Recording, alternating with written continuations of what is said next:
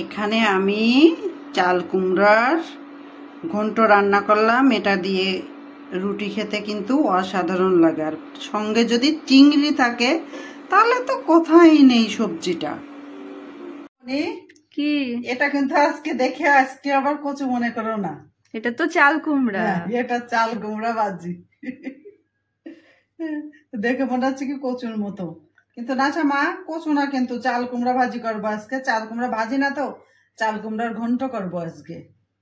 তাকায় আছিস কেন? তেল দিয়েছি, জিরে দিয়েছি তেলের উপর, হলুদ দিলাম, লবণ দিলাম আর কাঁচামরিচ দিলাম, দিয়ে এবার লাউ না চাল কুমড়োর ঘন্টটা রান্না করব। এখন ভালো করে নাড়াচাড়া করে ঢেকে দেব।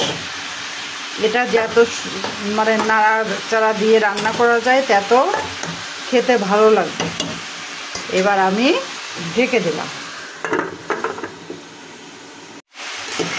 এই যে এইভাবে সুন্দর করে নাড়াচাড়া দিয়ে আমি কমিয়ে নেব ভেজে ভেজে।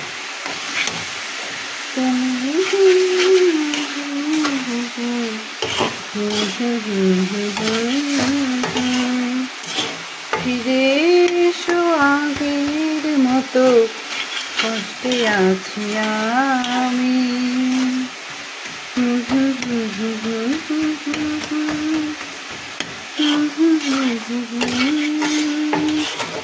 আবার ঢেকে দিই হতে লাগুক।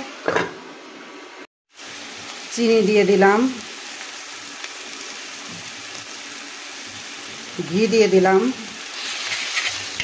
শীত তো পড়ে গেছে, ঘি জমাট বাঁধা শুরু হয়ে গেছে। একটু নাড়াচাড়া দিয়ে নিলাম।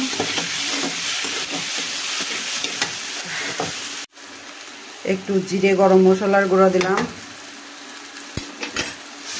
আবার একটু নাড়াচাড়া দিয়ে দিলাম।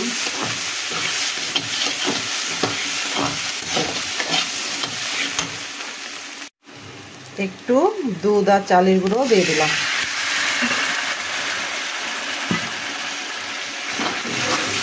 এখন একটু নাড়াচাড়া করে রান্নাটা হয়ে যাবে।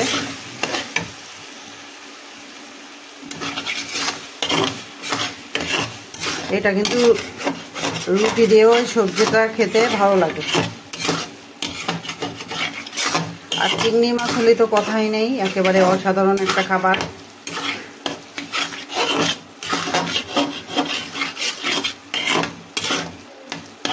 এই যে আরেকটু টানিয়ে নেব, নিলে রান্না হয়ে যাবে।